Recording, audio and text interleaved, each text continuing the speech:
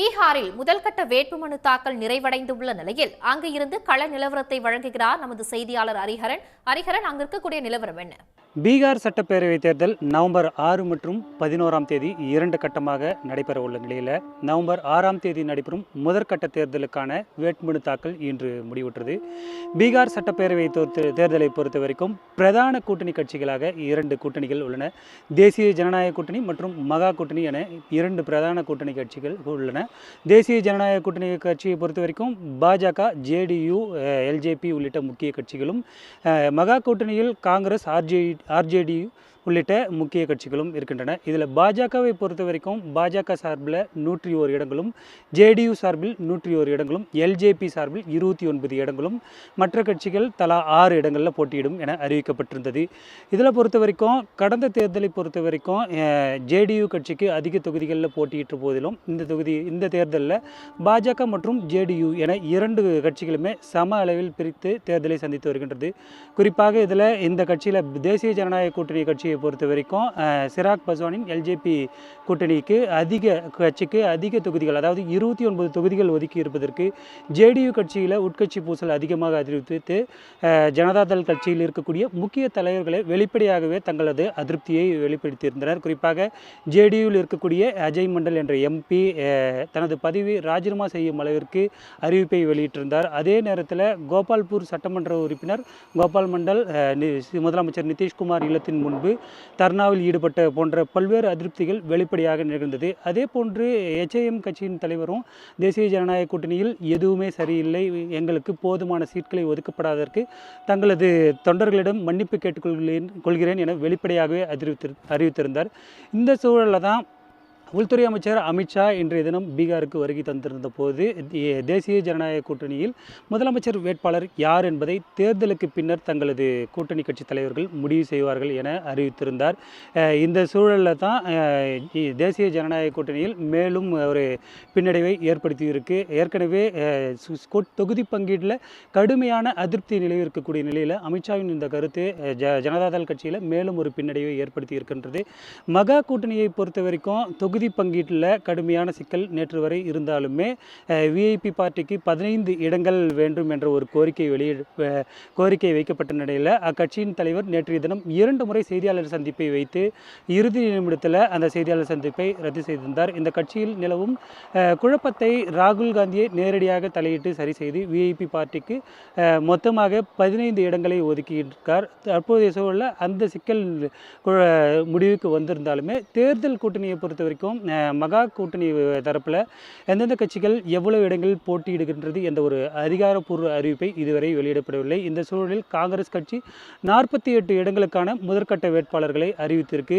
ராஷ்டிரிய ஜனதாதள் கட்சியை பொறுத்த வரைக்கும் முதற்கட்ட தேர்தலில் போட்டியிடும் வேட்பாளர்கள் பட்டியலை அந்தந்த வேட்பாளர்களிடம் தனியாக அழைத்து வழங்கப்பட்டு அவர்கள் வேட்புமனுக்கள் தாக்கலை செய்துள்ளனர். 2ஆம் கட்ட தேர்தலில் போட்டியிடும் தொகுதிகள் மற்றும் வேட்பாளர்களை தொடர்ந்து முடிவு செய்யப்படும் என தெரிவித்திருக்காங்க. அதே நேரத்தில் விஐபி கட்சியின் தலைவர் தனக்கு துணை முதலமைச்சர் பதவி வேண்டும் என்றும் கூறியிருக்கார். மகா கூட்டணியை பொறுத்த வரைக்கும் துணை முதலமைச்சர் மற்றும் முதலமைச்சர் யார் என்ற ஒரு ஒரு அறிவிப்பு வெளியிடப்படாத ஒரு சூழல் இருந்தது. குறிப்பாக மிக முக்கியமாக முதலமைச்சர் யார் என்ற ஒரு கேள்வியும் எழுதுவந்த சூழலில் பீகாரில் இருக்கக்கூடிய காங்கிரஸ் எம்பி ஆகாஷ் சிங் தேஜஸ்வி யாதவ் தங்களுடைய கூட்டணியின் முதலமைச்சர் வேட்பாளராக இருப்பார் என தெரிவித்திருந்தார். தேசிய ஜனநாயக கூட்டணியில் முதலமைச்சர் வேட்பாளர் யார் என்பதை தேர்தலுக்கு பின்னர் முடிவு செய்வோம் என தெரிவித்திருக்கக்கூடிய சூழலில் மகா கூட்டணியில் தேஜஸ்வி யாதவ் முதலமைச்சராக இருப்பதற்கான வாய்ப்புகள் அதிகம் என்ற ஒரு சூழலில் 2 பிரதான கூட்டணிகளுமே தேர்தலை எதிர்நோக்கி இருக்கக்கூடிய சூழல் என்பதால் அடுத்த 6ஆம் தேதி தேர்தல் நடைபெற உள்ளது மற்றும் 11ஆம் தேதி என 2 கட்டங்களாக தேர்தல் நடைபெற ஒரு சூழலில் பீகார் தேர்தல் களம் சூடுபிடிக்க தொடங்கியுள்ளது. பீகார் தேர்தலை பொறுத்த வரைக்கும் நிதிஷ்குமார் கட்சி, அதாவது ஜேடியு கட்சி இருக்கக்கூடிய 12 எம்பிக்களை வைத்து தான் தேசிய ஜனநாயக கட்சியின் ஆட்சி தொடர்ச்சியாக நடைபெற்று வருகின்றது. இந்த சூழலில் பீகார் தேர்தல் முடிவுகள் முக்கியத்துவம் வாய்ந்ததாக பார்க்கப்படுகின்றது.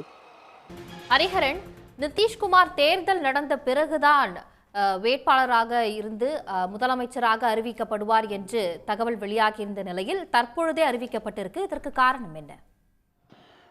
தற்போதைய சூழலை பொறுத்த வரைக்கும் தேசிய ஜனநாயக கூட்டணியில் முதலமைச்சர் வேட்பாளர் யார் என்பதை அவர்களால் உறுதியாக தெரிவிக்க முடியவில்லை. அதனைத்தான் இன்றைய தினம் குறிப்பாக பீகாருக்கு தேர்தல் பரப்புரைக்காக வருகை தந்திருந்தக்கூடிய உள்துறை அமைச்சர் பாஜக தேசிய தலைமை தரப்பிலும் தேசிய ஜனநாயக கூட்டணியில் யார் முதலமைச்சர் வேட்பாளர் என்பதை இதுவரை முடிவு செய்யப்படவில்லை. அமித்ஷா இன்றைய தினம் தெரிவிக்கையில் குறிப்பாக தேசிய ஜனநாயக கூட்டணியில் யார் முதலமைச்சர் வேட்பாளர் என்பதை தங்களது கூட்டணி தலைவர்கள் தேர்தலுக்கு பின்பு அறிவிப்பார்கள் என தெரிவித்திருப்பது ஜனதாதள் கட்சியில் ஒரு அதிருப்தியை ஏற்படுத்துகின்றது. ஏற்கனவே ஜனதாதளம் கட்சி வலுவாக உள்ள இடங்கள் எல்ஜேபி கட்சிக்கு ஒதுக்கியுள்ளதற்கு அக்கட்சியில் இருக்கக்கூடிய முக்கிய தலைவர்களும் தொண்டர்களும் அதிருப்தியில் இருக்கக்கூடிய நிலையில் நிதிஷ்குமாருக்கு இது கடைசி தேர்தல் என்றும் உடல்நிலை காரணம் கருதி இது அவருக்கு கடைசி தேர்தலாக இருக்கலாம் என்று அவர்களுடைய தொண்டர்கள் பரப்புரையில் ஈடுபட்டு வரக்கூடிய சூழலில் தேசிய ஜனநாயக கூட்டணியின் தலைமையில் இருக்கக்கூடிய முக்கிய கட்சியாக இருக்கக்கூடிய பாஜக தலைமை இதுவரை நிதிஷ்குமாரை முதலமைச்சர் வேட்பாளராக ஏற்றுக்கொள்ளாமல் இருக்கின்றனர். மகா கூட்டணியை பொறுத்த வரைக்கும் காங்கிரஸ் மற்றும் ஆர்ஜேடி உள்ளிட்ட பிரதான கட்சிகள் இருந்தாலுமே தேஜஸ்வி யாதவ் முதலமைச்சர் வேட்பாளர் என்பதை இருக்கிறார். கூட்டணியில் அதாவது மகா கூட்டணியில் தொகுதிகளை இறுதி செய்வதில் சில சிக்கல்கள் இருந்தாலுமே தேசிய ஜனநாயக கூட்டணியை பொறுத்த வரைக்கும் பாஜக 101 இடங்களை பெற்று தொடர்ச்சியாக 3 கட்டமாக வேட்பாளர் பட்டியலை அறிவித்து அதற்கான பணிகளை தொடங்கி இருந்தது.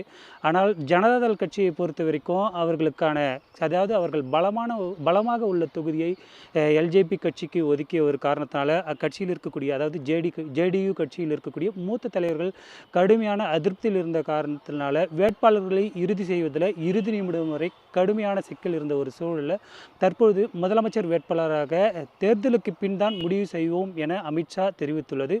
தேசிய ஜனநாயக கூட்டணியில் மேலும் சிக்கலை ஏற்படுத்தியிருக்கு. உடனுக்குடன் செய்திகளை தெரிந்து கொள்ள சன் நியூஸ் பெல் ஐகானை கிளிக் பண்ணுங்க.